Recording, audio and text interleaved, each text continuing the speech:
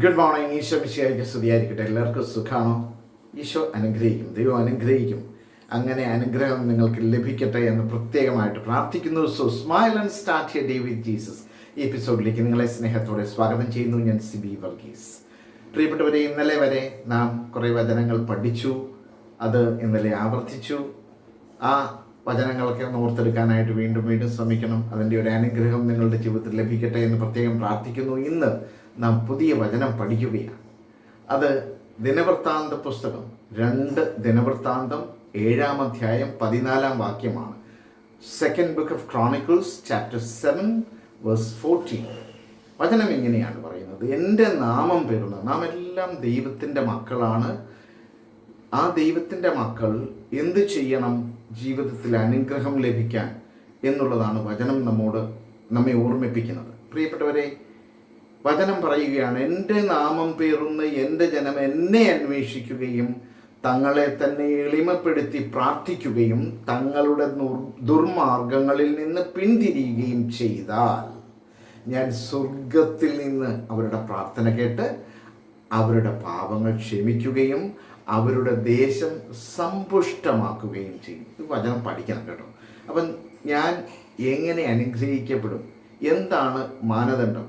പാപങ്ങളിൽ നിന്ന് മാറുക, ഒഴിഞ്ഞു മാറുക, പാപജീവിതം നമ്മുടെ ജീവിതത്തിൽ വേണ്ട എന്ന്. No to the sin, no to the world.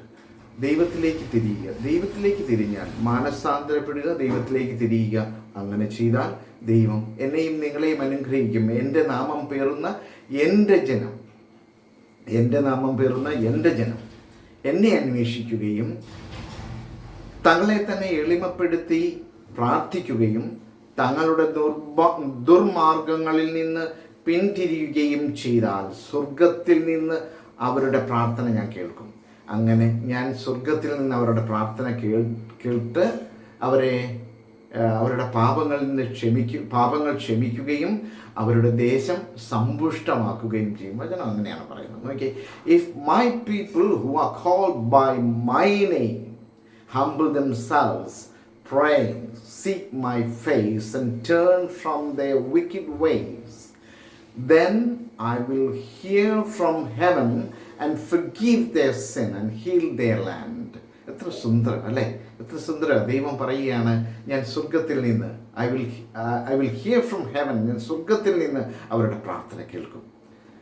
അവരുടെ പ്രാർത്ഥന കേട്ട് അവരുടെ പാപങ്ങൾ ക്ഷമിച്ച് അവരെ അനുഗ്രഹിക്കും. ഞാനും നിങ്ങളും ഒക്കെ നമ്മളായിരിക്കുന്ന സ്ഥലങ്ങളെല്ലാം നമ്മുടെ ദേശമാണ്. നമ്മൾ കടന്നിരുന്ന സ്ഥലം, ഞാൻ മൂലം കടന്നിരുന്ന സ്ഥലം അനുഗ്രഹിക്കപ്പെടണമെങ്കിൽ എന്നിലും നിങ്ങളിലും മനസാന്തരം ആവശ്യമാണ്.